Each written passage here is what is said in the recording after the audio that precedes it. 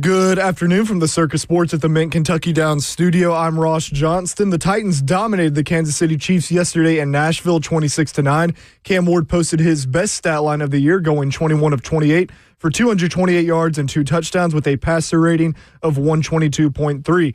Tony Pollard also had his third straight 100-yard game on the ground, and the Titans had 4 sacks on the day with a safety forced by Jeff Simmons. Chimere Dike, Chigakonkwo, and Tyjae Spears had the Titans 3 touchdowns. Vol basketball beat Gardner-Webb 94-52 yesterday. Jacoby Gillespie and Amari Abram led the way in scoring with 15 points each. In NFL playoff picture news, with the Steelers beating the Lions yesterday, the Chicago Bears and San Francisco 49ers have clinched playoff spots. The Lions would need to win out and have the Packers lose out to get in to the NFC playoff picture. And same goes for the Baltimore Ravens, who lost to New England last night. They need to win out and have the Steelers lose out to get in. The Packers and Ravens play on Saturday. If Green Bay wins, they get in, and Baltimore is out. If the Steelers beat Cleveland on Sunday, they get in no matter what. For all your foundation repair, waterproofing needs, visit USSTN.com. Breaking news and watch on your home for the Titans of Vols. This is 104.5 The Zone.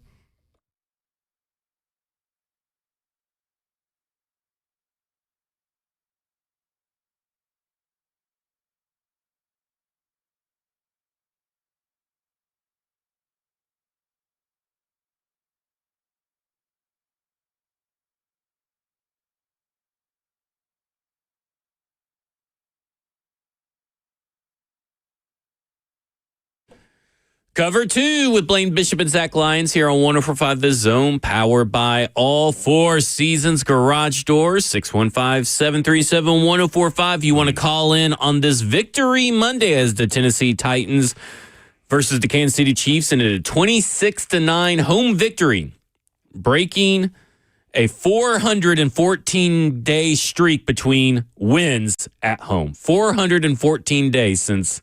Oh, wow. The last victory at home was the Patriots game. It was a long time. Of course, there's a lot of off-season there included in that number. You can't attempt to win games during the off-season, but 414 days. But those days count for not winning at home when you didn't have a game, I guess. Yeah. Well, I mean, 10 explosive plays on offense. Ooh, they looked, oh my. 5 of them were with Cam Ward. 4 through the air, 1 on the ground, because he did get an 11-yard run. That's considered an explosive play by NFL standards. Is it? Yeah. 10 yards on the run, on the ground, is considered an explosive play. That's funny. The defense needs to start doing that then, because the defense says anything over 25 yards is an explosive play. Okay. Yeah. It says running or passing. Really? So when you go in and we say, did we give up any explosive plays? And guess what? We didn't give up very many explosive plays. And then if we did, it was like, yep, this guy got for 48. It was 25 was the guideline. Oh, okay. Yeah, it was always 25 in my entire career. So that's I never crazy, changed that, whether it was a coaching change or not. Yeah. So this interesting. is the NFL? Yeah, NFL. Yeah. NFL.com considers, I believe it's NFL.com, because there's one place that will do 10 yards on the ground for an explosive play. And there's another one that will do 15 yards on the ground for an explosive play. But I believe the NFL.com stat website is 10 plus. NFL.com. Yeah. You and know it's somebody could run a 10-yard out, and that's an explosive play. No, 20 plus through the air. Air's always got to be more. Yeah, 20 plus through the air, 10 plus on the ground. So that 11-yard run where Cam Ward just gets out of the end zone doesn't look like an explosive play, but considered an explosive play. That's not. Yeah. Everything's towards the office. I would say that. Yeah, that is for sure. That is for sure. It was a fun game, a complete game from the Tennessee Titans. You can only play who's across from you. And how many times have we seen a Tennessee Titans team kind of play down to their competition in some instances, even when they're the better team? But this particular Tennessee Titans team put together a pretty complete game in my mind. What were your overall thoughts on the game? Well, I was really encouraged. I thought they'd win, but not like that. I know everybody's talking about Cam Ward and his development, which is always key, but I thought they won in the trenches. And if you control the line of scrimmage on both sides of the ball in the NFL, you win 9 out of 10 times. And they dominated. And the key was they were consistent throughout the game. This is how you have to play. Now, if you're going to lose a close game or still get blown out, hey, I'm all for it. But this is how they have to play. And, the whole thing when I'm watching this game, I wonder if they thought they started the season, they're going to win it with Cam Ward throwing the football. And so was that a conscious effort by then the head coach of Callahan?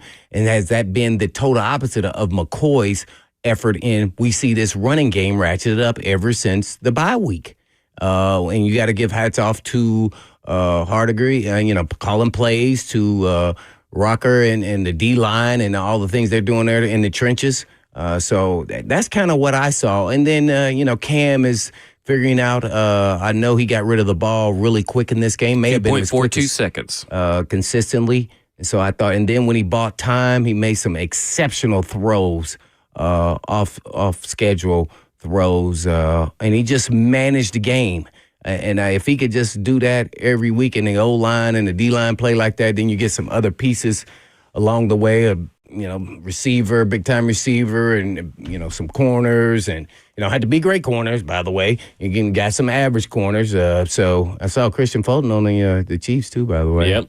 Yeah, so I thought that just played a complete game, and obviously is backed off of the running game. So who's ever a part of calling those plays, I don't know. I know a lot of people say a lot of different things of, who's getting credit for that and how many people are involved in that. But on game day, whoever's putting the game plan, those plays are working, and that's how you play this game in the National Football League. So I think now Cam is realizing this is not like college where you can throw every time and think you're going to win games that way. Guys are too good. You have to have complementary football in this game, and that's what they did, especially when you're an average team or even below average team as far as just totality of talent compared to the other teams.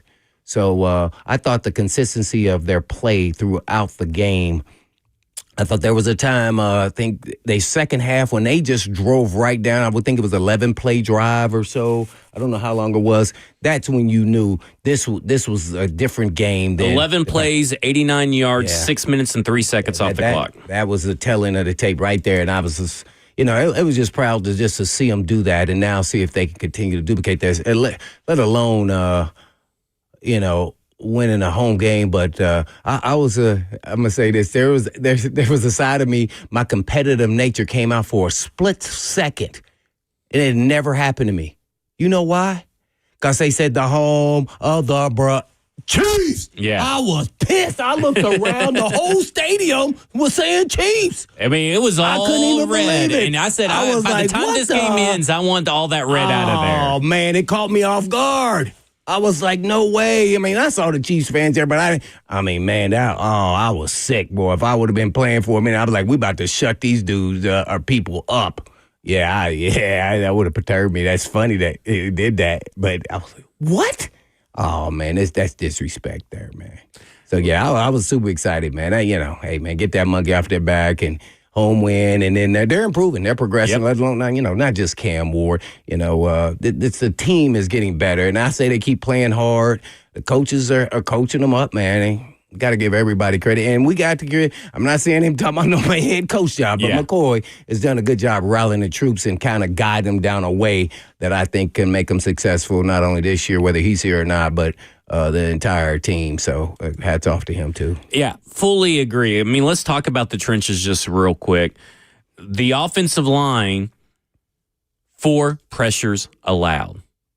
No sacks credited to the offensive line. The sacks were credited to Tony Pollard, who was getting bull rushed into Cam on the first sack. Okay. And I think they put, I think I would agree. I think Cam had some outlets to go on the second sack, but just didn't get the ball out quick enough, and I think they either gave it a coverage sack or a him sack. Yeah. He still missed some guys a couple times, too, by the way, but you look past that, with other things that they did in the game, which was, some fantastic. But 4 pressures allowed against a defense, which the narrative initially out of the game yesterday was, there was no Patrick Mahomes. Cam Ward had a great day, but there was no Patrick Mahomes.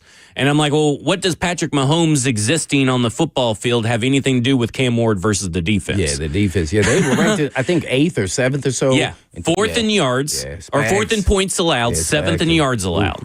That's another top 10 defense that Cam faced, and he looked really good against it. Chris Jones was still out there. And they blitzed 50% of the time, according to PFF, and the offensive line only allowed 4 pressures. Pretty When's impressive. the last time you can say that about a Tennessee Titans offensive line? And they have been trending this way for a while now.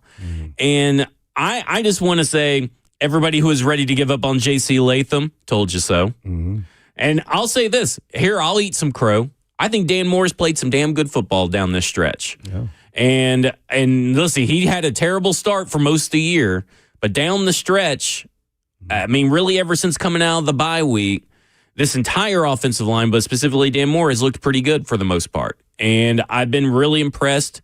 Even Kevin Zeitler, I guess, has woken up from the nap that he was in from hibernation because he's looked good the last 2 games. And this matters. I mean, we know Peter Skoronski's playing at an exceptionally high level, but I think... But why? Why do you think that is? People say, "Oh, because they were no." It is coaching we or are something. I mean, man, that's impossible. These guys getting paid a lot of money now, man. No, man. They have some pride to themselves, and for that to be as consistent as it was early on, and I mean for a while, like 8 games, like man, I hadn't seen anything like that. So I know no one has one singular answer. I'm sure there's a multitude of things. I think that's... But wow. If I had to say, I could probably put it into 3 buckets. What's that? And from what we've heard over the last couple of weeks is that there's a simplification to the offense and to the blocking scheme, or however you want to define the simplification. But we've heard that they've kind of simplified that situation. I think it's the natural progression of players. But I also think there's a little bit of we heard the noise. Peter Skoronski has said now a few times that, hey, we heard everything you guys were saying about us. We kind of heard the noise, and we kind of used that to challenge ourselves each and every day to get better and challenge each other. Now, I think it really comes down to, I've heard Luke Stocker's name mentioned a lot, but I really do think it's putting your players in a position to best succeed. And sometimes that's just simplifying what you do best. And what they're doing best right now is pulling guards and slamming people into the ground. And they're doing a lot of that. They're doing a lot of stuff off motion in the run game as well. I mean, the stuff that they are doing, they're doing well. And you have to execute it, right? Yeah. And they're executing at a high level. You know, some other plays as well. The little flip to... Chig, I mean, that was really creative. That remind me of Andy Reid. I said the same thing. That he would do that in the red zone. I remember would. when I scouted him when we would play them. I only played him a couple times, and then when I was actually on his team, how much they did that in quarterback draw with McNabb. Those were always kind of trickery plays. He loved that stuff. They would do it to Noah Gray all the time lately. Travis Kelce, when he was a little bit more pep in his step. Yeah. Jerick McKinnon when they had Jerick him. McKinnon. It was pretty cool giving him a dose of I immediately said the same thing. My guy, man. Yeah. Talking to him before the game was really, I mean, man. I saw your selfie with him. Yeah, he's really, man, he's just, man, this guy's, it's a heart-wrenching to see where he's at, but I'm glad he's got one. We'll see how he responds. He don't want to go out this way, so he's going to go another year, but talking to him and Spags. It's funny, I know a lot of guys on their staff at scouting department as well, and a trainer. But it's funny you say that because immediately when you said when that play happened to Chig for the touchdown, I go, man, that's the first time I can actually say Cam Ward kind of looked like Patrick Mahomes on that play. That is a Andy Reid staple for sure. I said the same exact thing. That's funny you said that. Yeah. And I just, we got to commend this offensive line. This is the best the offensive line has played in probably this last few stretch of games is probably the best they have played since 2021 in a row consistently. Like we're talking about consistency, probably the best they played since 2021. I mean, because we'd have some good games in 2022 or 2023, but never consistently. And right now they're playing consistent football. And it also goes to the other side of the ball. The defensive line in the trenches on the defense. I think special teams coach as well. Rocker's gotten these guys playing pretty well, man. Nobody's kind of mentioned his name. He's done a fabulous job with this group. because there's no elite individuals outside of Big Jeff. And oh, by the way, that horrendous call, maybe the referee didn't see him, but he definitely was signaling something. Yeah. When he ran in there, oh man, I couldn't believe. I said, dude, what? And then the replay made it look like the guy actually saw him, but I don't think he really did. Yeah. He signaled to the other ref. For Oli Udo for whatever reason. Not Jeff. I know, man. That was just, oh my gosh. Yeah, that was crazy. And then also, I think the refs screwed up. They said that you can't challenge replay assist. That's what they told Mike McCoy. Maybe they were just telling him that to save him because Mike McCoy seemed like after the presser that he was going to challenge that Gunnar Helm catch on the sideline if he would have been allowed to. And I'm glad he didn't because that foot was out. I mean, the broadcast, they showed it numerous times and everybody talked about how it was he out. did have on white cleats though, too. So but you could clearly see, unfortunately. Yeah. That was one of Cam's few misses. Like, it wasn't an egregious miss, but it was a layered throw that he just a little too much on it. That's one of those routine throws where you're like, man, Cam, how come you didn't hit that? Because that had an opportunity for yak and possibly a touchdown.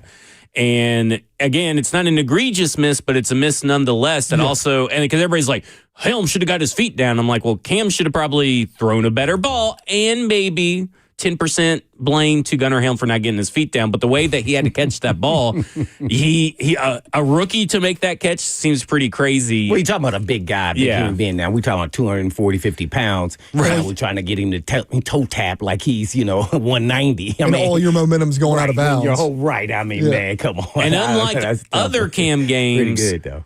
That one bad throw, or I hate saying bad, but that one miss, just one miss. Okay, that one miss was overshadowed by a lot of other plays, and we haven't had those games very often where it's usually the one miss or the one bad throw is really overshadowing everything else he did. Hey, that throw when he shuffled around the pocket and threw it across body to Chig in traffic. Yeah. Oh, that was phenomenal. That was coming to us at the where we were sitting there. I was like, whoa. Excellent. I would have never even attempted if I was in the league. No way. Right. That thing looked like it had pick all over it. I'm like, no way, you should not be doing that. It was, I'm like, who's you? But those are the plays that he makes. So you're like, why is he throwing that? And then he makes it, and you're like, man, that's where he is magical. Yeah. The one he threw to DK on the left side. That was another good one. Outside the pocket. That I was, I guess. So, he's got some wow to him, let alone he's now staying in the pocket, being patient. And I think now because he doesn't feel the pressure. He has a great pocket presence, by the way. He drifted a little bit there for 2 or 3 games. This game, though. But, man, he is kind of stuck in there and really shown his worth there as a true quarterback. So I like his style. He still has to work on a couple things. Naturally, he can do those in the offseason. But, man, I can see what the sky's the limit. I mean, this team can be, man, they just get a couple pieces. It's really not as like they it's can really not right as far there. as ways we kind of thought just even a few weeks ago. I keep saying that. Right decisions by Berganzi. Right decisions. But it means even more so like it starts with the coach, too. The coach is the first big decision. Let's talk more about the Tennessee Titans. This is Cover 2 with Blaine Bishop and Zach Lyons here on 104.5 The Zone.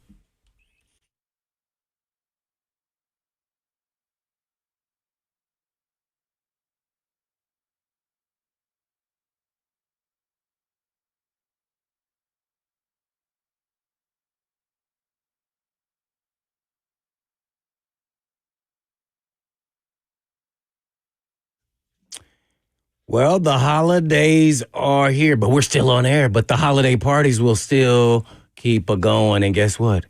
I enjoy those holiday parties so much that I put on the holiday weight around the midsections. Well, that's where Edge Peptide comes into play. The approach to weight loss for Edge Peptide and hormone therapy is a little bit different. They make sure all the patients have extensive lab work and face-to-face conversations in office with our nurse practitioner to create a customized treatment plan tailored to your specific needs. They use only U.S.-based FDA-audited compounding pharmacies because no one where your peptides come from always matters, yes. And Edge walks through the process, guiding your treatment, answering your questions, supporting you along the way. Also, Edge always uses the lowest effective doses to make sure that you are resetting your metabolic flexibility, not starving yourself day to day. You also get to lower your A1C, keeping your cravings in check, prioritizing protein and having someone guide your journey from start to finish. So call the team today at Edge Peptide for all of your wellness questions at 615-724-1878. That's 724-1878 or edgepeptide.com.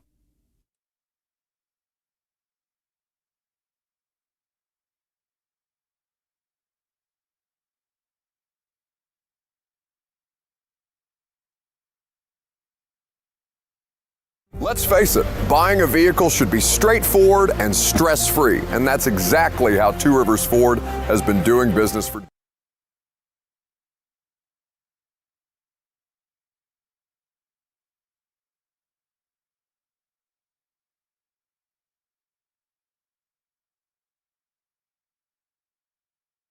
I'll be home for Christmas. You can count on me. I'll be home for Christmas. If only in my dreams.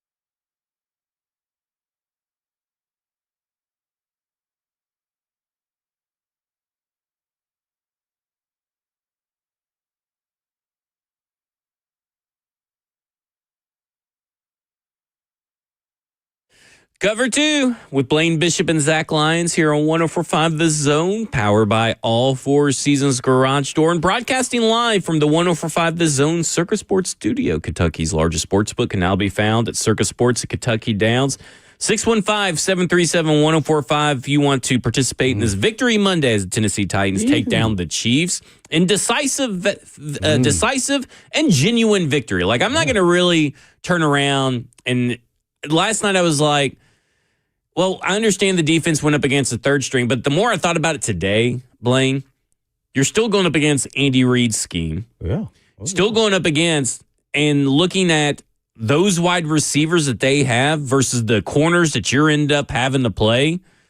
Like, I mean, yeah, people are acting like we had all our starters. Right, like come on Hill or come on Hall or whatever it is. Come on. Yeah, I mean, like, come on Hall's out there, playing corner. You have Kendall Brooks out there playing. We also was going against their defense. We had 38 time of possession. I mean, we dominated. It was over. It was almost 17 minutes to the second. Almost. Okay. It was just a little under 17 minutes, but that's still over a quarter of possession.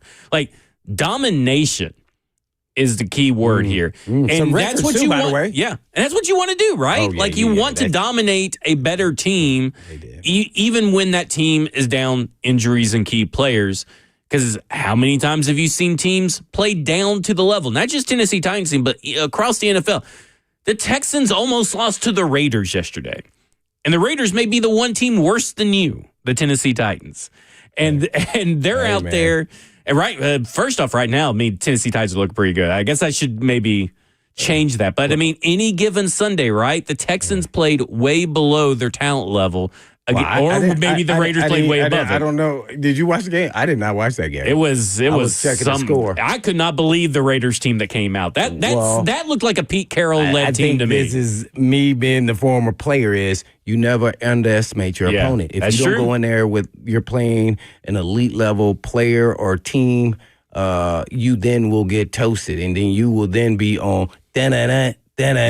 And that's how you have to approach it as a player, because you can get caught up like a fan and thinking just looking at the record. I always used to, my wife be like, "Oh man, y'all played a team. They only won 2 games. They sorry, huh?" I said, "No, they're not. The guys I'm going against are not sorry." Yeah, That's not a real thing in the pro sports. Every team is capable of beating even the elite of the elite teams based off their record. If you don't come in there with the right mindset and your A game. Now, some players can get away with their B game. Yeah. But the mindset of the entire team better be like, we're going to go in there and we're going to whoop them. Yeah. Especially if you are 14-2 and they 2-14, you better. If you don't, they will sneak up on you, and then you're going to be in for a battle. And once you get into a battle and they start believing that they can beat you, now you're in trouble because all the pressure now is on you. This Tennessee Titans team, at least in the trenches, is a team that's like, hey, we're beating you across the way. Yeah. We're winning our one-on-one matchups, and that's how you win games. We got to give our flowers, though, some records, right? Like DK, Cam Ward, rookie quarterback. Cam hit the passing yardage. I know y'all know the detail. I don't know the detail. Cam Ward did the all-time franchise rookie passing yards. He broke that. Yeah. It took 15 games for him to break it, whereas Marcus only had it for 12 games. So there is some clarification. That's an asterisk, Ross. That's a little bit of an asterisk. If not, we get to shave off your mustache. What did you get? I think Marcus had a little more to work with his first year, but he also that debut. I think that's really debatable. Because I don't know. I can't remember. Well, if we had Ridley Lady Walker, I know that. If we had Ridley for the duration of the year, I would be like, yeah, but like after Calvin went out, did he have a better offensive line? No, probably not. Yeah, see, that's what I'm saying is like the offensive line was so piss poor. Could you even name somebody for one of those offensive lines? Aaron Stinney. That's why I said I was like Aaron Stinney and Jeremiah Putasi, right? Dogs. Yeah, Aaron Stinney's a Super Bowl champion, by the way. I don't know what happened when he went to Tampa Bay, but he ended up winning the Super Bowl with. Well, I guess Tom Brady happened to Tampa Bay. Right? Yeah. Oh. But I mean, he was a backup and got forced into starting. Yeah, I think so. Someone got injured, and he started like the majority of the season. I think that year. But like, nonetheless, still very impressive from Cam. I think the running backs were like Antonio Andrews, right? That year as a starter. No, in 2015. Let's look at this 2015 roster. That's the Western Kentucky guy, right? Yeah. But he didn't go in as a starter. Wasn't Bishop Sankey the starter? Oh, Bishop Sankey. Let's see because here. he was a second-round pick. And then he David Cobb kind of was a on that bust, team? You know, Yeah. yeah. Let's see here. I remember when we okay, dra- here are the main offense. Antonio Andrews started 10 games that year. Harry Douglas was the main starter at wide receiver with 12 starts. Oh, okay. Okay, then you had Anthony Fasano, Craig Stevens. You had Delaney Walker. That's probably the best player out of both teams. Wasn't Kendall on that team? Kendall Wright? I'll have to get there. I'm just looking at the starters right now. Right? Oh, wow. So you had those, and like Byron Bell, Chance Warmack, Andy Galick, Quentin Spain, and Taylor Lewan were your offensive lines. Oh, that was okay. I mean, that's not as good as what they got right now on paper. Yeah, well, definitely not better than this one. Okay, so your rushing leaders that year was Antonio Andrews with 520 yards, Marcus with 252 yards, Dexter McCluster with 247 yards, Bishop Sankey with 193 yards, and David Cobb with 146. Oh, David Cobb. So you didn't have better running backs. You didn't have Marcus had worse running backs, worse offensive line. Let's check the receivers here. Delaney Walker was their leading receiver with 1,088 yards. Okay, clearly he's the best weapon out of both teams. Yeah. Then it goes DGB, Dorial Green Beckham, 549 yards. Harry Douglas, 411 yards. Kendall Wright, 408 yards. Then Anthony Fasano, Justin Hunter, Dexter McCluster, Antonio. I'm going to say that I think Cam has better weapons as a collective unit, but Marcus had the best weapon in Delaney Walker. Oh, no. Cam's playing with a bunch of rookies, too. I mean, you might as well have been playing with a bunch of rookies if you look. I mean, but you can't look at it like that because they're not rookies. Yeah, well, I mean, what would you say to then Van Jefferson and Harry Douglas? They're comparable. Okay. Because they're vets who are not, they're probably like threes on most teams or twos. I'm just saying, I think Cam has the better supporting cast, but I think Cam went through the way tougher schedule. Who was the coach? Well, the coach was Ken Wisenhunt. Oh. Yeah, that's about the same to me. That may be a wash. I will say this. That's about even. I will say Ken Wisenhunt. I'll say it. I'll say because I know that Ken Wisenhunt has a bad reputation here. Well, but history has shown us. History has shown us that Ken Wisenhunt is the far superior coach to Brian Callen. Now, maybe not at his time in Tennessee Titans, you could say far superior. That's true. But overall, you would say that Ken Wisenhunt is a better coach than Brian Callahan. Yeah, he had a better resume, no doubt. And so I would have to say that I think. Because I guess that's the question in Bucks and them show, like who had the more impressive rookie year or whatever. And I think I'm walking away more impressed with Cam Ward because of everything that he kind of went through this whole year. But I do think Marcus had the better rookie season, if that makes sense. What were their stats? It's pretty similar. I mean, Marcus has thrown for more yards per game. The reason why I asked that 19 touchdowns to 10 interceptions for Marcus. More run dominant, and where this has been more pass happy until here recently, the last 3 or 4 weeks. So, that kind of plays into it. Yeah, Cam is 13 touchdowns, 7 interceptions. So right now, Marcus has more touchdowns, more interceptions than what Cam has. So, it is what it is. But I don't want to get into a big comparison of Marcus. Well, there's no point. Yeah, Marcus and Cam and everything.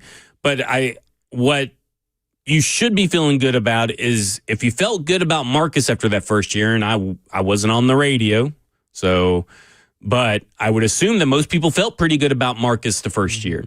You should be feeling pretty equally as good as for Cam after this first year, heading into next year. Well, the difference to me is head and shoulders is that Cam and his leadership. I think those are things that aren't football related, but it's in locker room, in game, the way he approached the game. I think were totally different. Marcus was a better athlete. Sometimes I would agree with better that. athlete and the better arm guy. Now he can do all these trickery throws, but Marcus was a much more I would say was the more talented player. But Cam Ward is actually the better quarterback. But Cam couldn't beat him in a foot race. He couldn't beat him probably in throwing or nothing. I mean, he's the better player. I would think. Yeah, and like if you're doing the who's coming out, where would he be rated with all the quarterbacks? You put them all in a bucket coming out the same year. Marcus Mariota will be rated higher. I would agree. Yeah, see, I would agree. All right, let's go to some phone calls. Let's go to Bam. Bam, you're on with Blaine and Zach.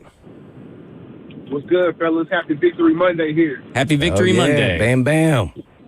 You know, we ain't had too many of them. Blaine, I caught you. I caught the back of your head for a second. I didn't get a chance to holler at you, but, you know, it's always good seeing you, my boy. I didn't want to interrupt you while you was taking selfies and stuff. It's very good. No, man, you could have said something. Yo, more importantly, man, that game yesterday was kind of good for the morale. Again, I'm like y'all. Zach, I'm sorry you had to deal with the ignorant caller who was talking about what he was talking about last night. Man, let's go win, man. Don't nobody care about draft position at this point because these boys need to carry that on into next year. But what I wanted to talk about really was back to coaching. I don't know why this is like sitting on me real heavy. I don't think that McCoy has what it takes to really carry this team coaching-wise. He's a good guy, but I don't think he has what it takes to carry this team coaching-wise. I still think we need a guy with the attitude, maybe a Saleh, or, you know, they said earlier they don't think that Tomlin's going anywhere. I don't know if Harbaugh may be on the hot seat, maybe, or whoever else. Right now, I'm going to say Saleh, pair him with Mike, my boy in Miami, if they let him go. But my question to y'all is it possible that whoever the new coach is there any way we can retain Fossil maybe? I'd even say keep Denard, but, you know, I don't think with the success that we had with the special teams unit, I'm not going to say it's a shoe-in, but would it almost be a shoe-in to want to keep Fossil, you know, for the next coaching regime? I just wanted to know what y'all thought about that, man. All right, thanks, Bam. Yeah, I think with the McCoy conversation, for me, it's like kind of liken it to like a Dennis Kelly type player. He's good for a good 3 or 4 games, but can he really provide you sustained success at the position? And I don't know if Mike McCoy can provide you sustained success year after year after year, because we never saw him do it at the Chargers year after year after year. And here it's been, while it's been inconsistent and it last few weeks has been consistent, you're making a big projection and taking a big risk thinking that he could do that over a full 17 games for multiple years. Even 1 year, that's a big risk at this point. It's kind of how I view the Mike McCoy, is that I commend him, and I commend this entire staff for the job they have done coming out of the bye week. I don't think, I know that Mike McCoy's gotten a lot of grief from us on this show and gotten a lot of grief, and deservedly so, from a lot of people. But I will say, I think when you look at the big picture of the job that he has done, and listen, there's still two games left. Tough job, by the way. It's a tough job. And there's still 2 games left. But I think you have to commend them for what they are able to do. Yeah. But I don't think that at least Mike McCoy needs to be head coach next year. Well, I think if you just look at the history of this organization, even over the last 10 years, I think he deserves a shot, at least getting an interview. Yeah. I think certain staff members, I don't think it's a no-brainer. Fossil's back. I would make the other coach say, hey, man, we keeping the special team coach and how they're, and then his assistants. I would question the other coaching candidate's ability to identify talent, coaching talent, if he doesn't want to keep Fossil. Exactly. That would be a no-brainer. That would be a red flag to me. Yeah. Unless he has a friend that's a special team guy. Like Dave Taub or something like that. Move him somewhere else because this guy's saying that. Yeah. So that would be part of the deal. Now, individually, that's the hard part. Defensively, I would say I like Rocker, what he's done with the group. And then Locker, where does he fit into that? And then probably scattered, different individual coaches. How do you look at that? Do they, have some familiarity with your scheme and system? Because you now are teaching a different scheme and system. So if they have no familiarity with it and little nuances of it, I think that's probably going to be really tough to bring any of those guys back, offense or defense. So it'll be interesting to see where they go, unless they were elite level coaches, and it just stands out that that's a no-brainer. Like a guy like across the league too, by the way. Like if you got an offensive head coach, you may have you increase your chances of keeping Denard Wilson in that staff because he may be looking for a head coach of the defense. Because I mean, Brian Callahan, Denard Wilson really didn't have any ties. And he may. I'm not saying that's a long shot. I love that thought process, but just think about this now. If you go young coach, then maybe that's a possibility. If you go with a proven coach, they're gonna be like they want to bring their own DC guy in. That's true. Just the way the way this league has been over years. Not to say it can't change, but that's just kind of how it's gone. And a guy like Anthony Weaver, if you were to hire him, who has relationships with Denard Wilson from them working together, that may increase the chances. But ultimately, I think the only safe person for next year is Bones Fossil. Yeah. And I wouldn't blame this next coach for keeping Denard Wilson, or if after an interview process, I wouldn't blame them for keeping some of those guys on staff. Right. But that's a hard ask for a coach coming in. The other guy that I think has a pretty good possibility may be Luke Stalker. That's why I said Luke Stalker. Yeah. I think that's good, especially he played for the organization. Right. So I think, and then even if he's just a tight end coach and still has the title, whatever he's doing as far as the run game, and you bring somebody to match up with him, someone with some experience, I think that'll be great. So it'd be interesting to see if you could pick some of the guys, and it's only going to be about who the coach is if he has some form of relationship. I mean, before the games, I remember running around talking to all the different coaches on the different teams that come here, and it's funny, you see the other coaches doing the same thing on the other side of that. So sometimes you know some of the coaches, and sometimes you have no relationship at all with familiarity with any of the guys. So that'll play into that. And because like Vrabel kept Arthur Smith, right? Right. Yeah. If you're the organization, you're hoping that they have some guys that they already kind of know already on staff, kind of keep some of the stuff consistent. And you also don't have to pay a couple different salaries, right? Exactly. So you're hoping that that happens, but sometimes it doesn't. You know, this is monopoly. It's tough to do because everybody wants to insulate themselves with their own people. Yeah. Well, because they don't want leakage. Yeah, no leakage. What did Vrabel call it? Rats. Yeah, no rats. They're all rats. Ross. Rat poison. Hey, have you ever seen a rat with a mustache? I mean, on they like Fievel Goes West, Splinter kind of does. What's that supposed to mean? Hey, just real quick. Why we got called an exterminator for this office, I guess. Hey, just real quick, too, because I know all three of us are fans of Gardner Minshew. Ian Rappaport reported that he did not tear his ACL. They initially thought he did. So good news for Gardner Minshew. And it looked like... So what did they say it is? They didn't say? I think it's probably like MCL or LCL or something. I don't know. But it looked like it happened like that first scramble he had kind of up the middle. It looked like that was the play it happened on. Yeah. And they were talking after like he could not step into throws or put too much weight on that leg. So glad to know it's not like the worst thing that could happen. Oh man, yeah, he might have been able to sign with somebody, but they couldn't cut him until he was rehab because that was his last year of his contract. Right? I think this is his first of 2 years. Oh, is it? I'd take him with a torn ACL over Brandon Allen. Oh, absolutely, no brainer. I know he'd like Broadway. Oh, no, he did. He only did sign a 1 year deal. Did he? Okay. Wow, 1 year, $1.17 million deal. Are the Titans paying Brandon Allen more? No. Yes, I think they are. Figure that out during break. I don't want to hear that over league the air. minimum or something. That's league minimum. Don't depress our listeners. All right, coming up next, we'll get to more of your phones. Phone lines are lighting up. 615-737-1045. This is Cover 2 with Blaine Bishop and Zach Lyons here on 1045 The Zone.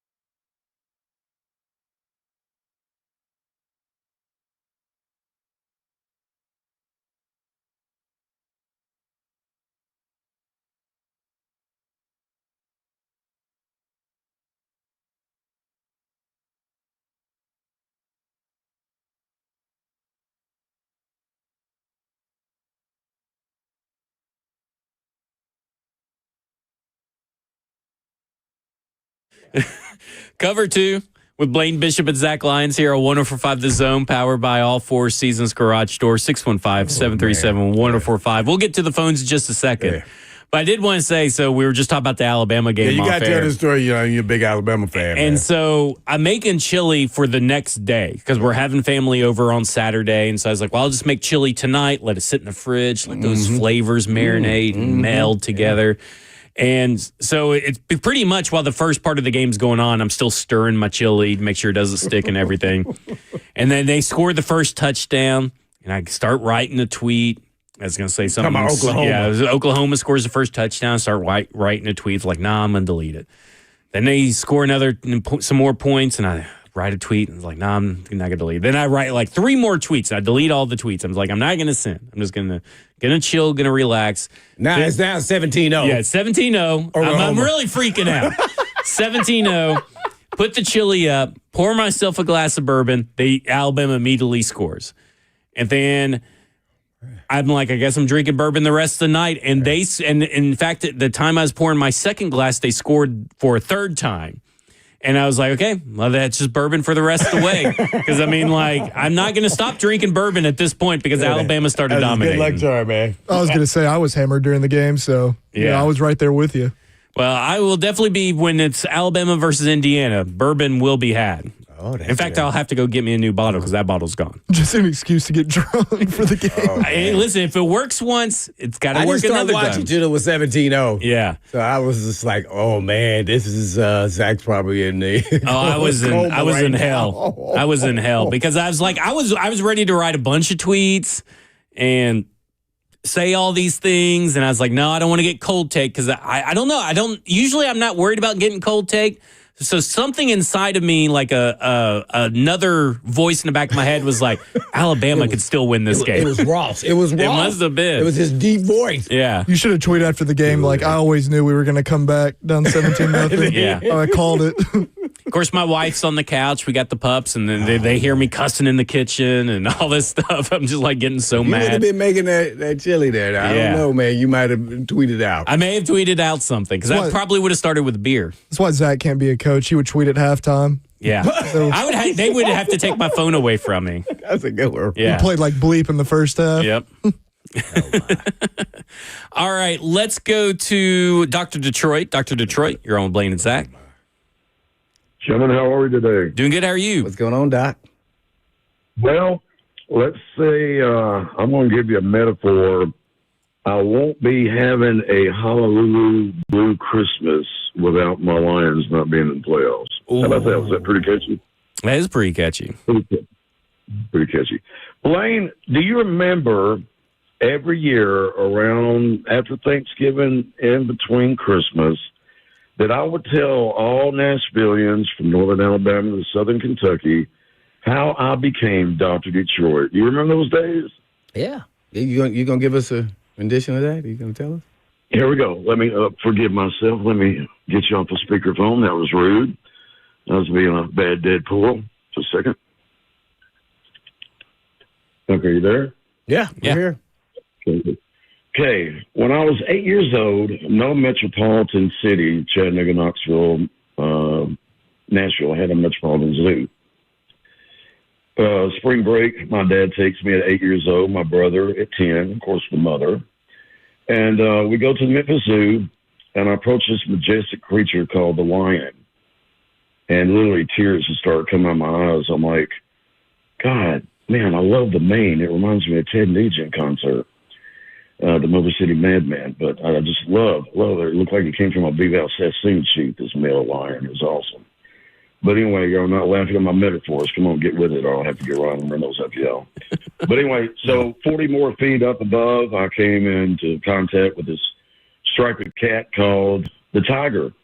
I'm like, hey, I know who you are. I eat Tony the Tiger. I eat Kellogg's cornflakes every morning. So that night, my dad takes us out to a nice dinner. He leans over the table and says, Little John, yes, I was named after my dad, said, those two animals, those two big cats you like, y'all have to pick a college and a pro football team or baseball, whatever, to root for your dad on the weekends. Now, Little John, those happen to be two teams in Detroit. One's a football team, one's a baseball team. And I said, done. So Now, Dr. Detroit became the 1983 Dan Aykroyd movie. Dan Aykroyd was great in that movie. And there you have it. Thanks for letting me tell my story. But, hey, congratulations to the Titans. Predators are kicking butt, even my Red Wings, but I'll talk all about Nashville. We had a good weekend, man. We got to pat on the back. We had a good weekend. No, really a promising weekend. I mean, even though Mahomes was out, and that's just football, right? Because you saw what happened against the Steelers yesterday. That's football, folks.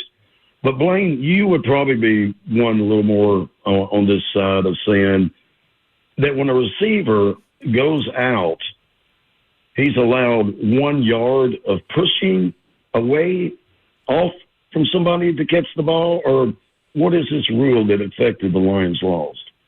Oh, I don't know. They're at the goal line. Was that on Ramsey? That was on Monroe St. Brown. Oh. Yeah, but St. Brown was the guy who pushed. Ramsey. Gotcha. Yeah. Well, they never called that. It just they happened to call that. Hey, man, you talking about refereeing. That's inconsistent. Oh, hey, I'll let you guys go. Is it always not against the Lions? I mean, some of the craziest mishaps, plays. I don't know. You were talking to a Titans fan. I don't know. Yeah. I don't know, man. I get what you're saying, Dr. Detroit, but hey, listen, let's just say we're all kindred spirits here. We feel you. We feel your pain. Yeah, refs were keeping Detroit in that game. Yeah. Just for what it's worth. All right, more of your phone calls coming up next. And just for the record, the Tennessee Titans are paying Brandon Allen more than Gardner Minshew.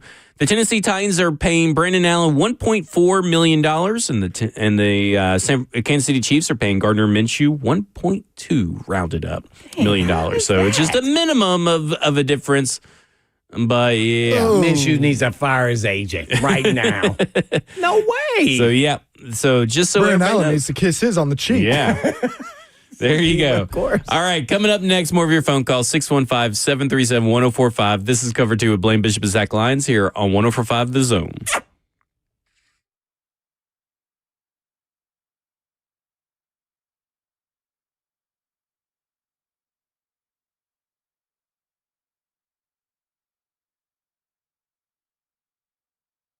Well, the holidays are here, but we're still on air. But the holiday parties will still keep going. And guess what?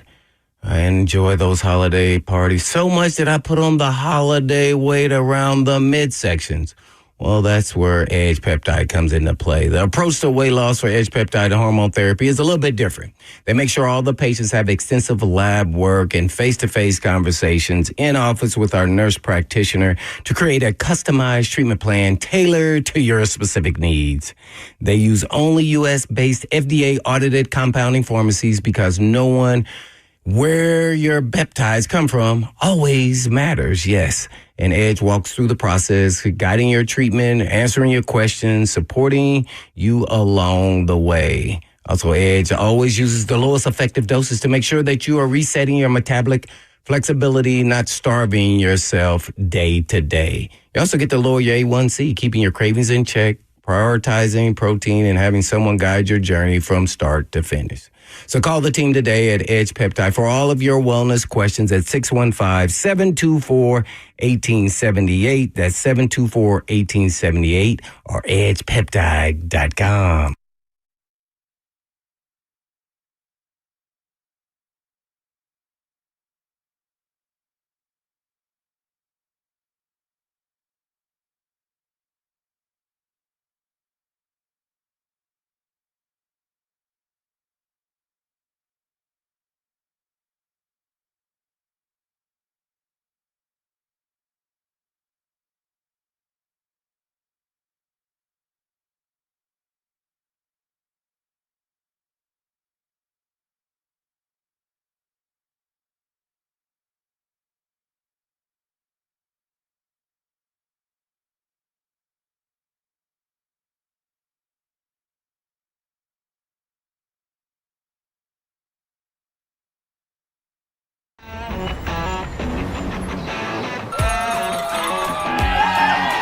Smashville hockey.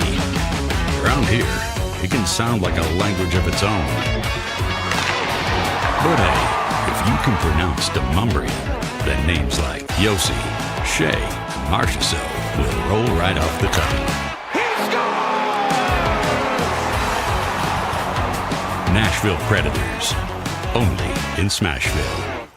One of the largest sports books east of the Mississippi, Circa Sports Kentucky, is now open. Catch all your favorite games on an 80-foot screen with stadium-style seating and live VSiN broadcast daily. Circa Sports, now open at the Mint Gaming Hall, Kentucky Downs.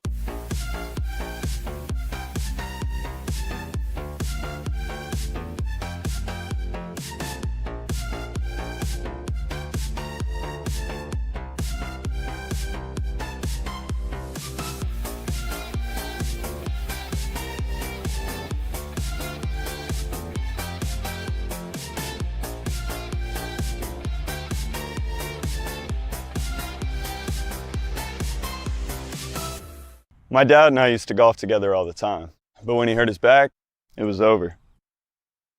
To have your son want to spend time with you is amazing. That's why my chronic back pain has been so heartbreaking. Surgery, fused bones, long recovery. No way, not for me. A friend recommended stem cells, so I gave Kellum Stem Cell Institute a call. I'm glad you're out on the course. Yeah, it's really good. Call the Kellum Stem Cell Institute today. Swing still looks just okay though. Selling your home can be stressful, but it doesn't have to be. Get a guaranteed offer from Mark Spain Real Estate. There are no showings, no open houses, no stress. Work with the #1 real estate team in the U.S. and close with confidence. Go to markspain.com today.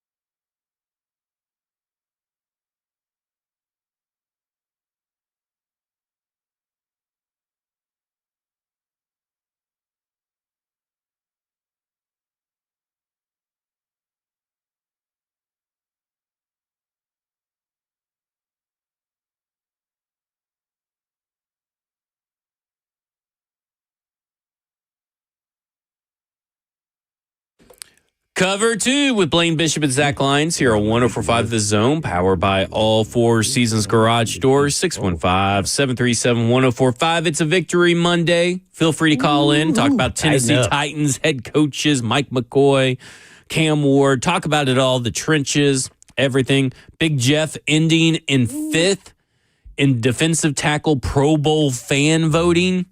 5th?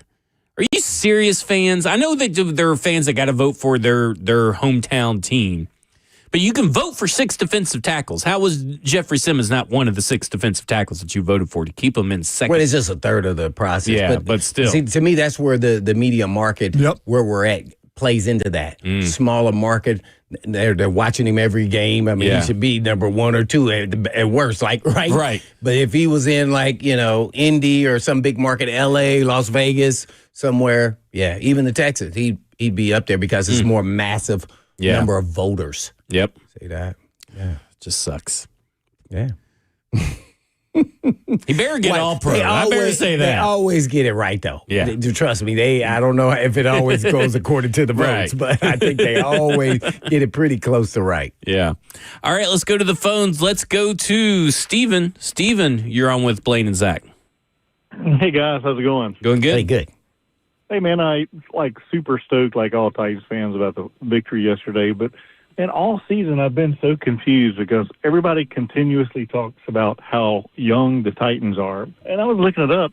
There are 21 teams in the NFL have a younger roster than the Titans. So where do we keep getting this Titans are a young team thing? I just don't understand it.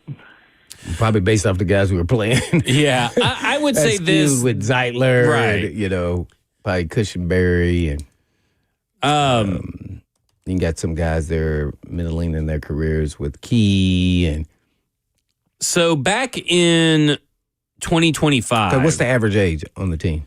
I'm about to get there. Back in at cut down day, 26 or something. The average age was 26.6. Oh, okay. I thought okay. Yeah. But you got 35-year-old Kevin Zeitler. Right? Like, I mean, that plays heavily into it. They had a couple of guys that were over 30, where some people may not have players over 30. Morgan Cox is also going to skew that. He's also really old. Not to call Morgan Cox out on the radio like that, but he's also really old. Pro NFL player. That's what we're talking about. So, like, some of that. But when you look at the actual players that are playing right now, they're a super young team. I mean, you're talking about, let's just look at the offense. You got 3 rookie pass catchers and a rookie quarterback. You got a third-year running back in Tyjae Spears is playing considerable snaps. Chig's just entering in his 5th year, or going to be entering in his 5th year. He's finishing up his 4th year. Dan Moore just started his 5th season. Peter Skoronski started his 3rd season this year. We're in year 2 of J.C. Latham. Lloyd Cushenberry, I believe, is in 6. Yeah, 6. And then you got Kevin Zeitler right there at 35. So, like, if you just look at that offensively, it's a super young team, and just not in terms of age, but in terms of experience. And when I say super young team or a young team, and let's the quarterback. I look at it from experience, not age, because now we're going to start seeing who's playing too. Yes. Besides, the number, you got to look at who's actually the ones playing and trying to grow. I mean, Morgan Cox is almost 40 years old. Is he? Okay. Yeah, so he's older. He's older than Zeitler. So I mean, like those tend to skew your numbers just a tad bit. And so that's where I don't look at age, I look at experience. And then you had Marcus Harris out there, playing defense, Kevin Winston. You had Cedric Gray in year 2. James Williams is now filling in for Cedric Gray.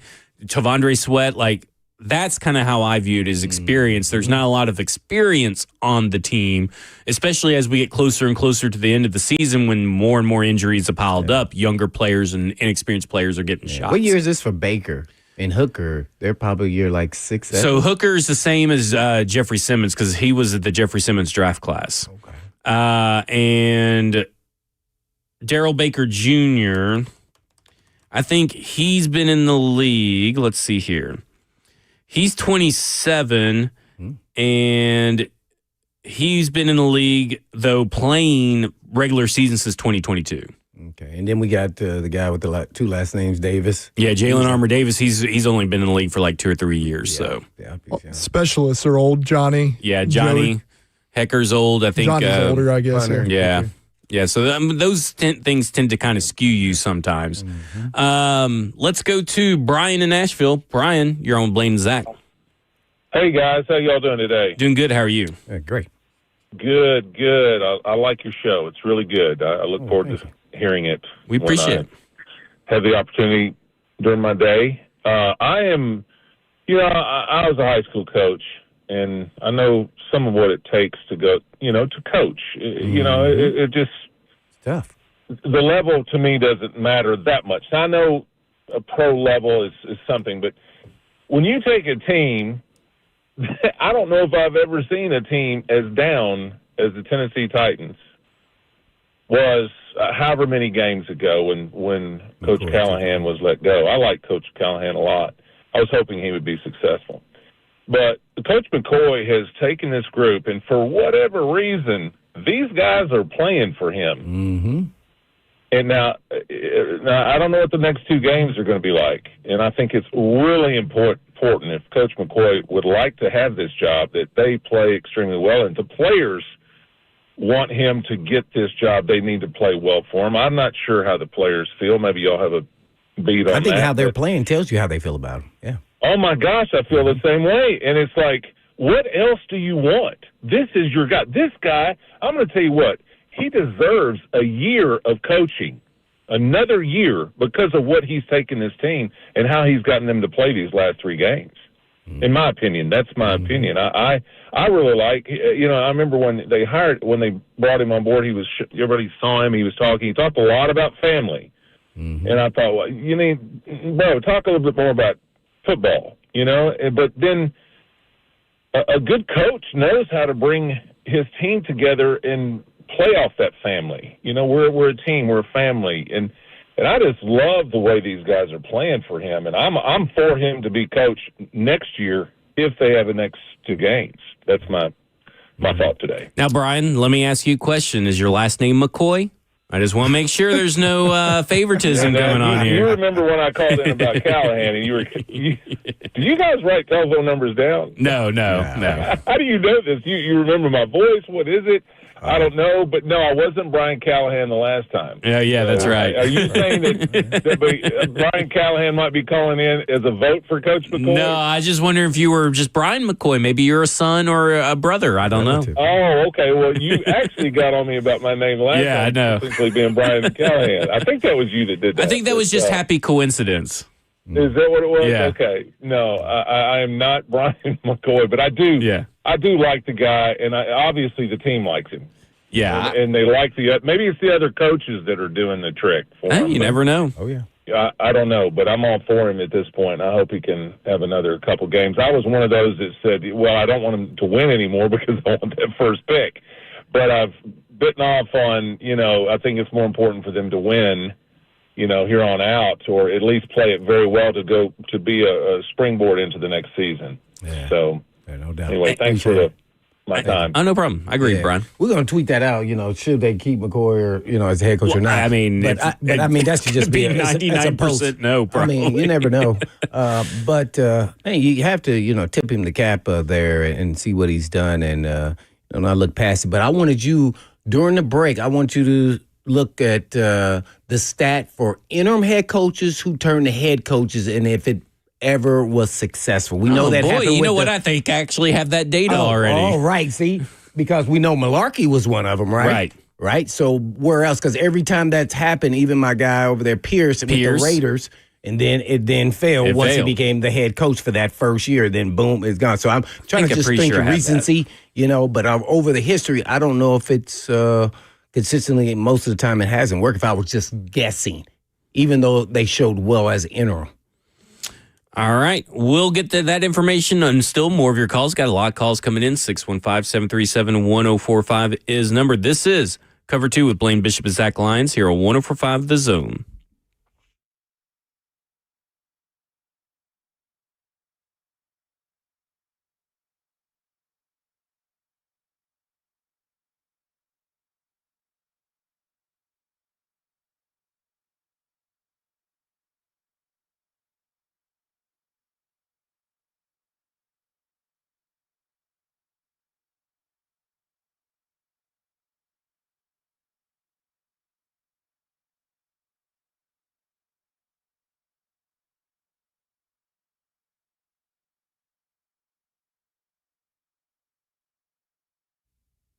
The legendary coach Lou Holtz once said, before people spend money, they ask 3 questions. Can I trust you? Are you committed to excellence? And do you care about me? Hey, friends, it's Blaine Bishop for Eurofix. And Eurofix has built its business on answering those three questions with a bold yes. So back in 1999, owner Aaron Stokes was by himself with a one-car garage in downtown Franklin. Then a few months later, Aaron moved to a shop in a barn behind his house so he could stay close to his family while building his dream of offering the best service on European vehicles at below dealer pricing.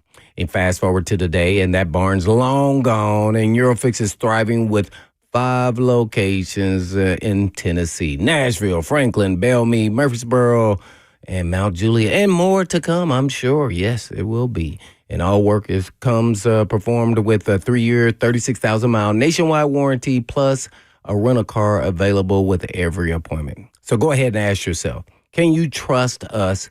Do we care? And are we committed to excellence? And I think you'd say yes when you see how we treat you. So call and book today at myEurofix.com. That's myEurofix.com. But always call 844-EUROFIX. Always 844-EUROFIX.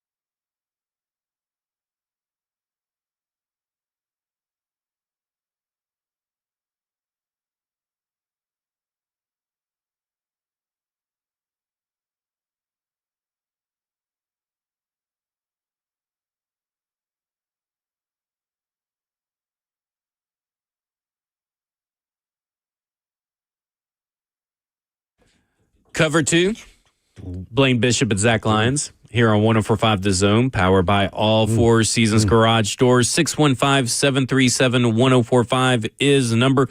There have been 34 mid-season firings in the NFL since 2010.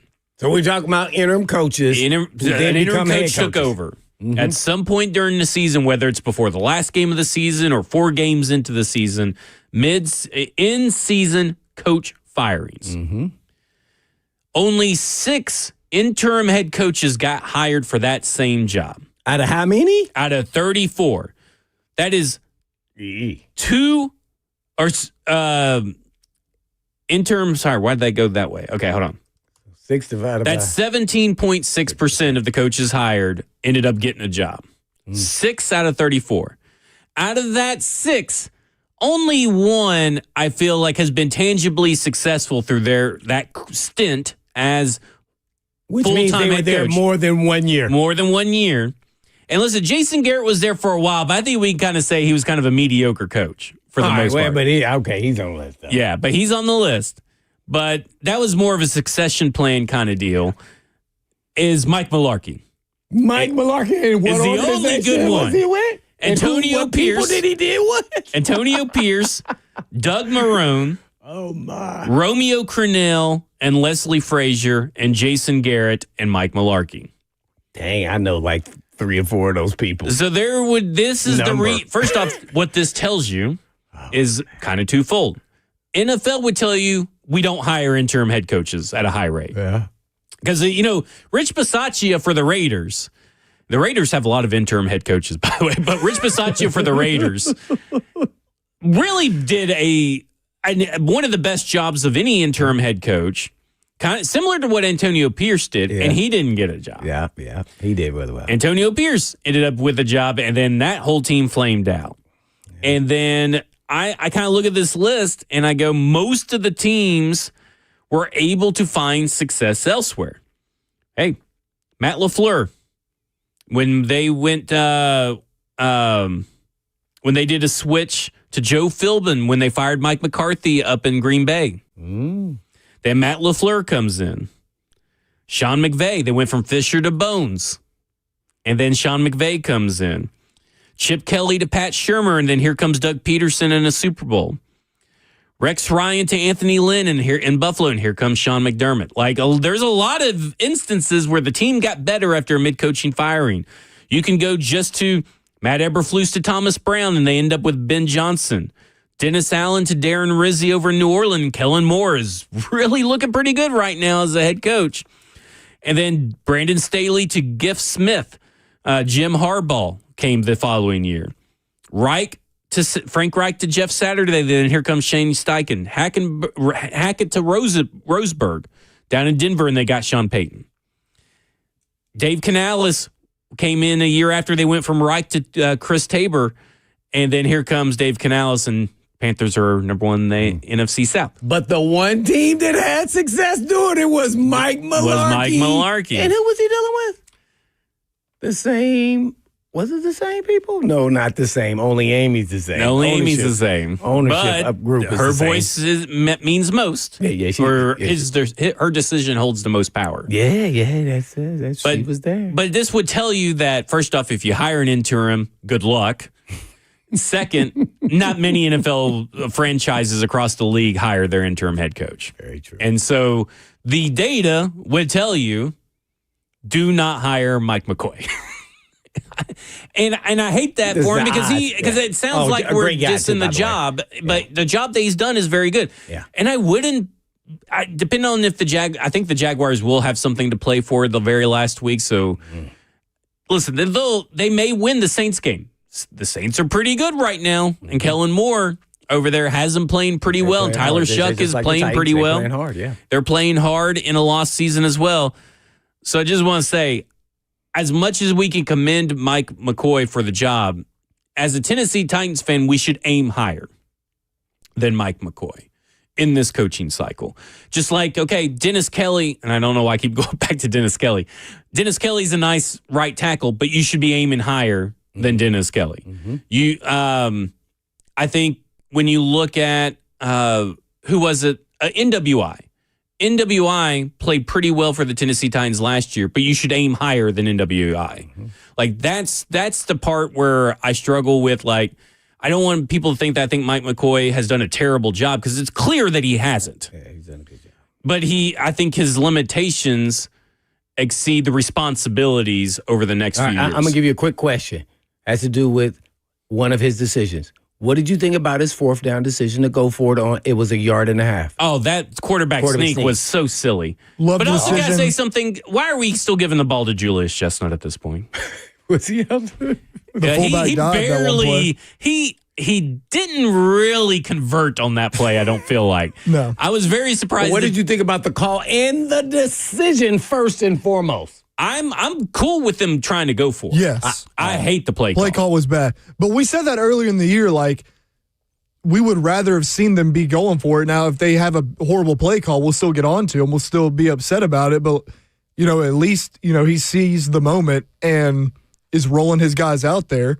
It also, they said 4th and 1. That was like 4th and 1 3/4 Yeah. or so. That was not sneak distance either. I was surprised. I wasn't surprised they were going for it, but I was surprised they called a quarterback sneak. I was like, how tall do you think Cam Ward is? I mean, you'd have to give that ball to Gunnar Helm or someone to even attempt to even get over there. But that was not going to work. What quarter was that in? That was in the first half. First quarter. Yeah.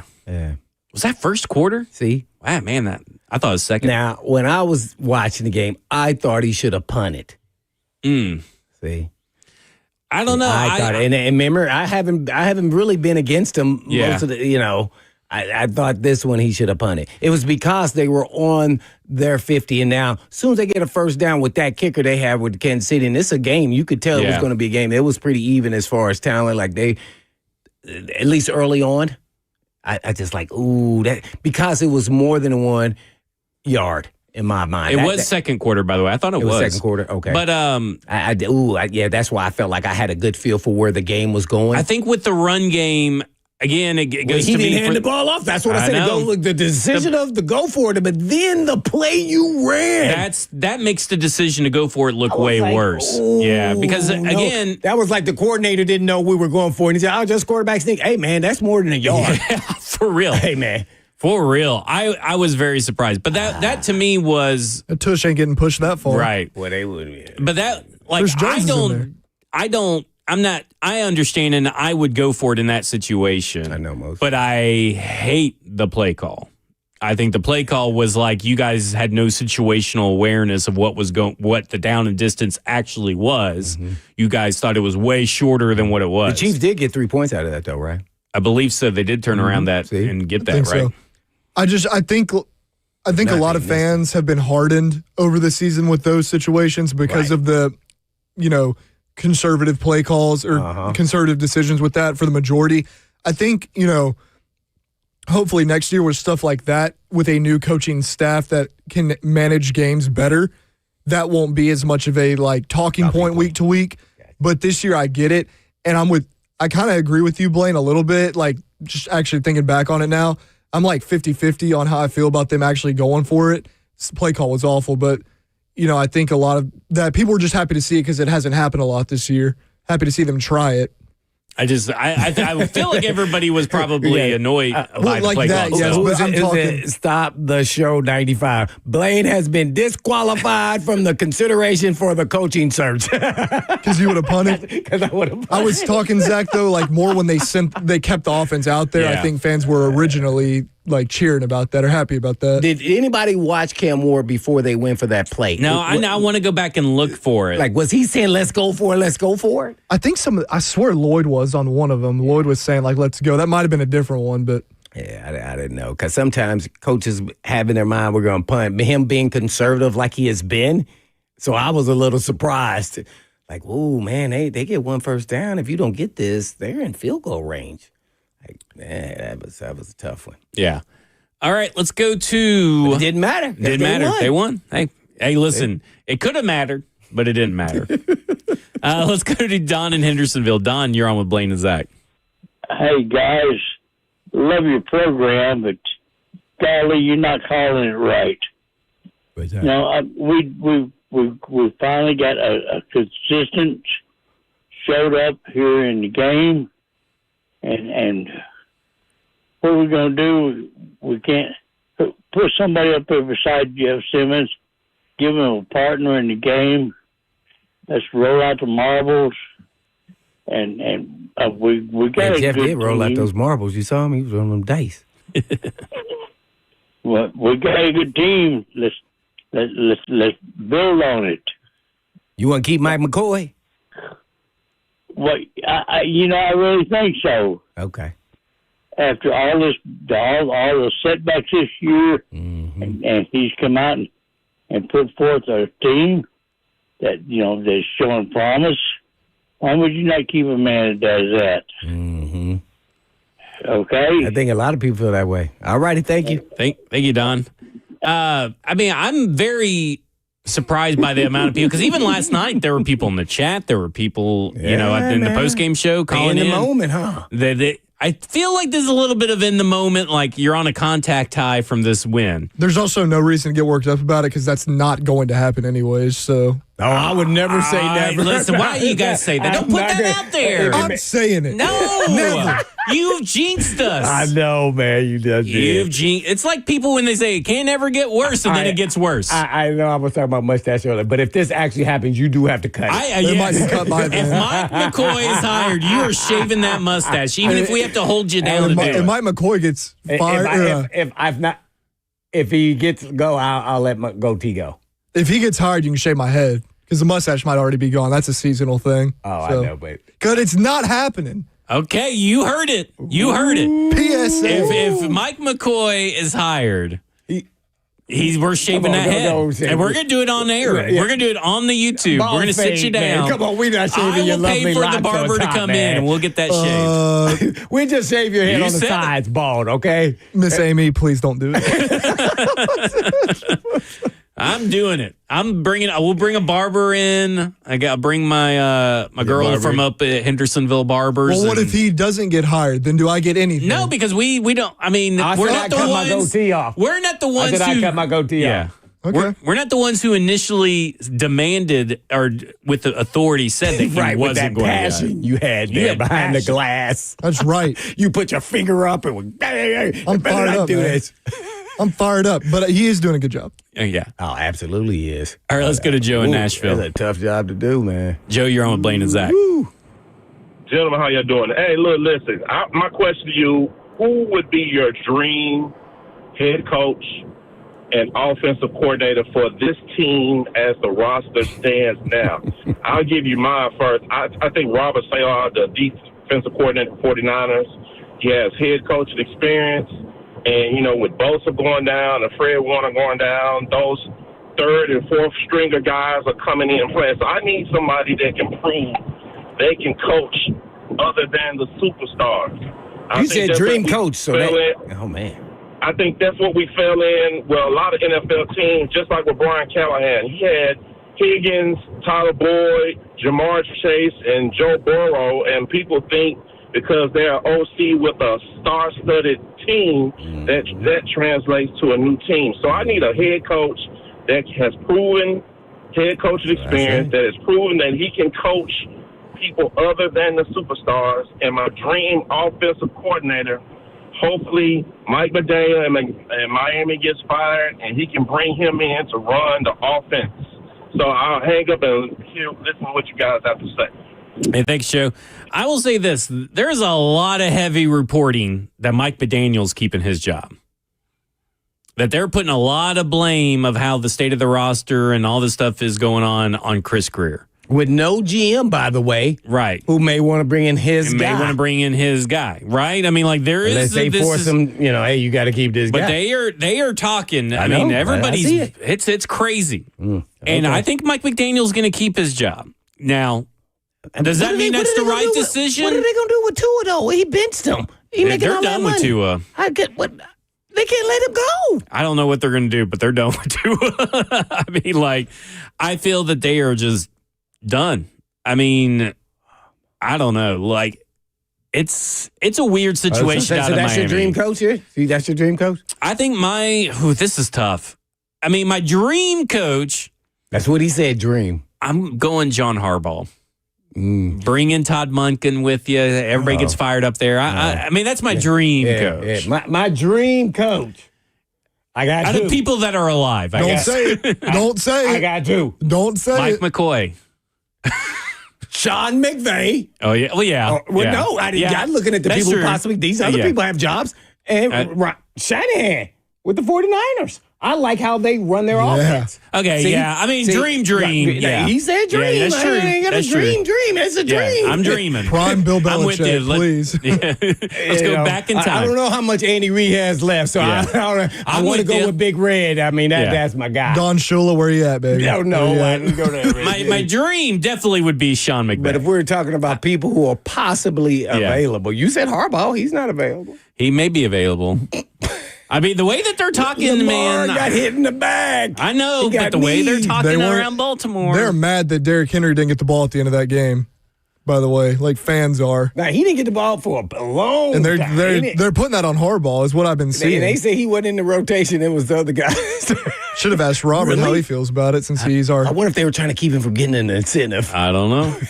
I mean, it seems like Mike McCoy at least wants to get Tony Pollard Watch incentives. this.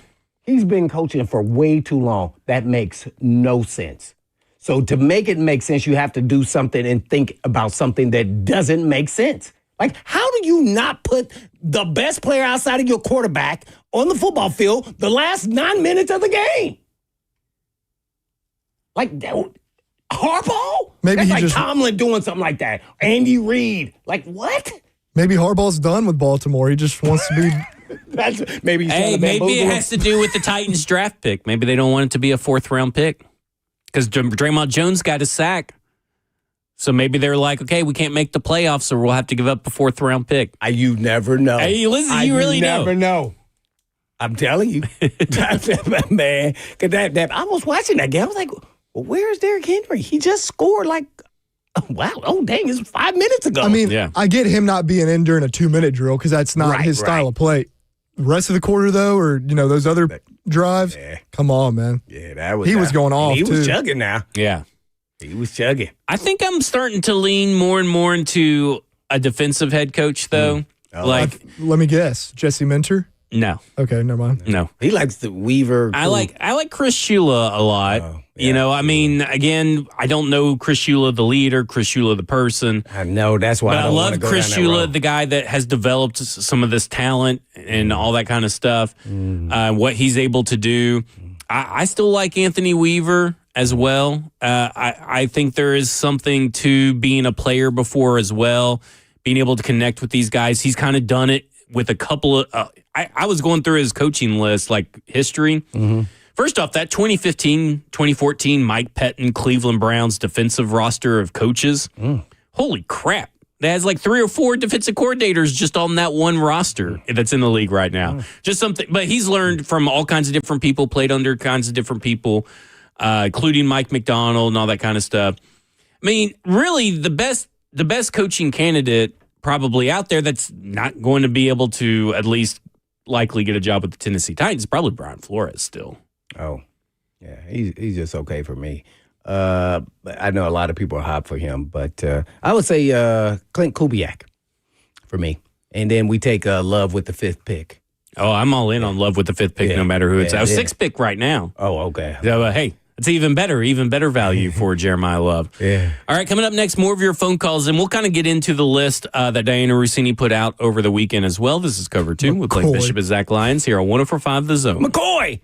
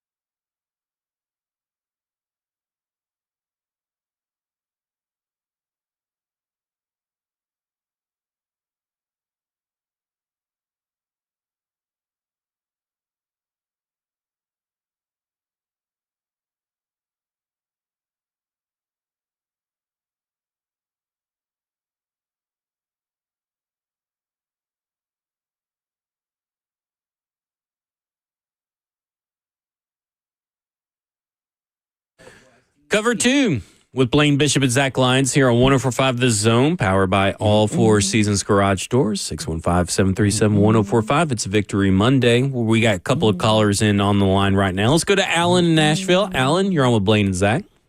Hey, guys. Thanks for taking my call. I was at the game yesterday, and I wanted to talk about that Jeffrey Simmons being eligible and the touchdown recalled. I just think it's a little bit ironic. I saw him raise his hand with that bright red sleeve and make himself eligible. They score the touchdown, and had they scored had the touchdown standed, then they would have beat the spread. But the field goal, it still would have been the over and under. They still would have made that. So I just think that's a little bit ironic. What quarter was that when that happened there? Sir? Fourth quarter. It was the fourth quarter. A lot of people saying some old craziness with the NFL. Because don't you also feel, thanks for the call, Alan, but don't you also feel like they could have overturned that? Like from New York? I guess they can't, but like also, because The View, I don't know if The View definitively shows that we saw yesterday that he saw Jeff Simmons doing it. You got to remember there's someone.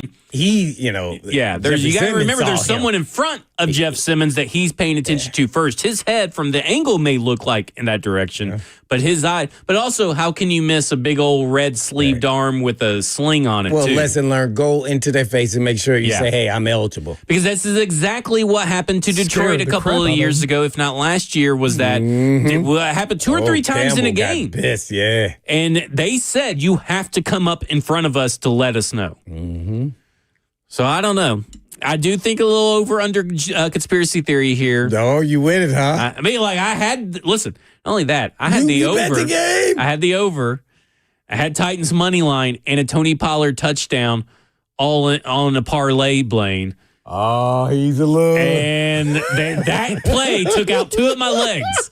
They leg whipped you. They leg whipped me. Oh my God. Both legs. This is why people are irate. I was wondering why everybody kept on saying this is the NFL and the gambling. I'm like, no. Yeah, ooh.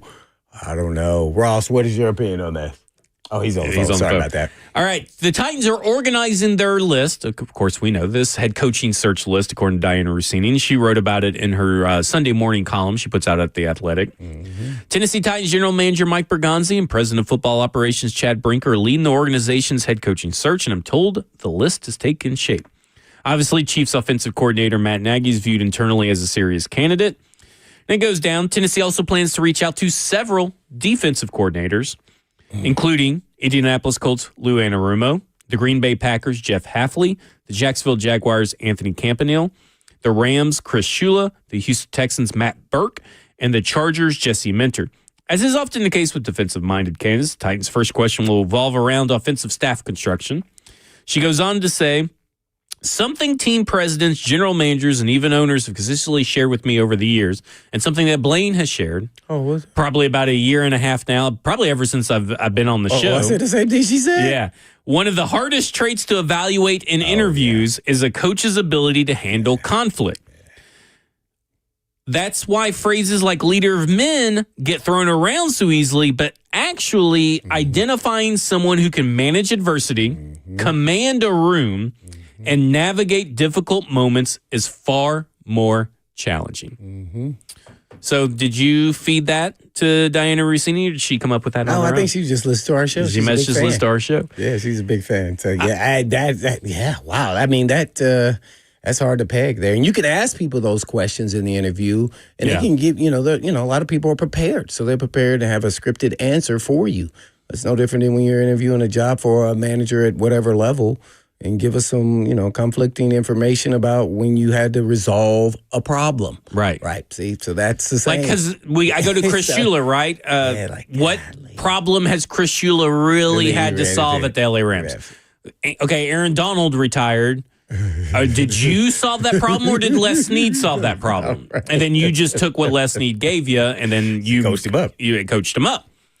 For Jeff Hafley, you could kind of point to probably stuff that happened at Boston College when he was a head coach. You could probably point to losing Micah Parsons this year.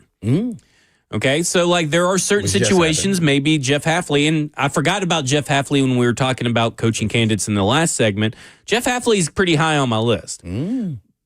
But how do you know that he handled those the right way, that you want a coach to handle them?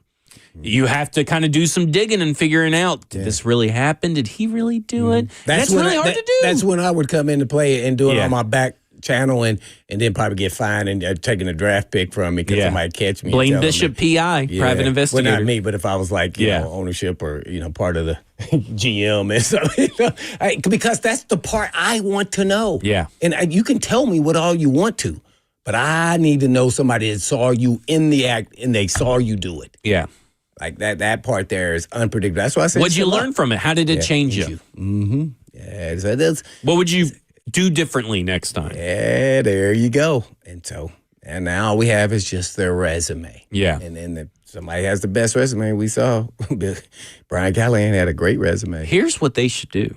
Oh, you got okay, plan? I got a plan here. Uh-oh. They should turn up your volume there, ownership group. Turn it up. While these head coaches or these potential head coaching candidates are in town for their interviews, you from 1 to 3 p.m. anytime, bring them on air and we interview them live on air and see how they handle it. Let's see how they handle it. Ooh. They can take calls, right? We'll take calls. I don't know if that's legal. I don't know why it wouldn't be. On air, how many of them you think would do it? They be that desperate to well, go I mean, get that the would job. kind of tell you that they're a little scared, right? Can't go on a radio show for 20 minutes. Oh, my. And answer some questions from some phone callers and answer questions from a Titans legend and just some nerd named Zach. Yeah, and Ross. You scared of a nerd named Zach? Zach with the bald head. Yeah. Ross with the bald head. With the bald head. Would Mike McCoy get on the show? I don't know, but that's what they should do. Oh, I see what you're doing there. That's right. Be scared, Mike. I mean, let's do it. Let's just put them here for 20 minutes and see how they handle it. That's a great idea, man. That'd take up our whole show, man. We just only could do 4 candidates. Yeah. Hey, that'd be fine. I mean, they come in at different times. They got to dedicate a full day to those. But let's bring them in. Let's see what happens. And they cross paths when they go out the door so they can, big dog each other. Because I like seeing, that physical presence on display. Yeah. Oh, my. I don't know. Think it'd be pretty fun. Ask the real tough questions. Can't be asking softballs, though. No. Oh, no. We'll leave that to you, Ross. I ain't asking softballs. I think you would scare them because of that deep voice. I'm a tortured fan, man. Yeah. You got to figure out how they're going to turn my franchise around. I don't know. Just saying. We got the time. We got the open slots. Just we'll gladly do. It's almost like maybe we could do a presidential debate, a coaching debate. Oh yeah, I thought the phone was ringing. I was wondering. I was looking for the phone to ring up, see if the Tigers. Let's get 3 or 4 candidates up here. We got 3 or 4 spots up here. We got 4 microphones, and let's do an actual coaching debate, like a presidential debate. Oh yes, I even like that better. Yeah, let's do it. The question are, who are the 4? Who are we voting for? Well, whenever they schedule them. Like, if we have to do 2 rounds of 4, let's do 2 rounds of 4. So you're asking for the same thing Cam Ward asked for. You want to be a part of every interview in his coaching process. Yeah, but we're doing it debate style. Yeah. Okay. And listen, we're not going to give our opinions or decisions. We're going to let them just take the video, take the information, and then let them handle it from there. No, what he's really saying is we're just going to let them hang themselves.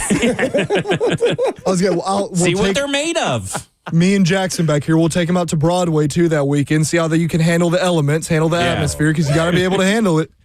Got to be able to handle it.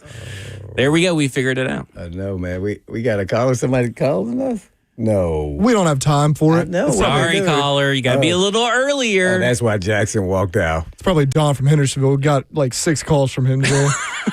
What? Yeah. All right. That will do it for us. 3HL's coming up next. This has been Cover 2 with Blaine Bishop calling. and Zach Lyons here on 104.5 The Zone. And in the meantime. And in between time, peace. Nagy!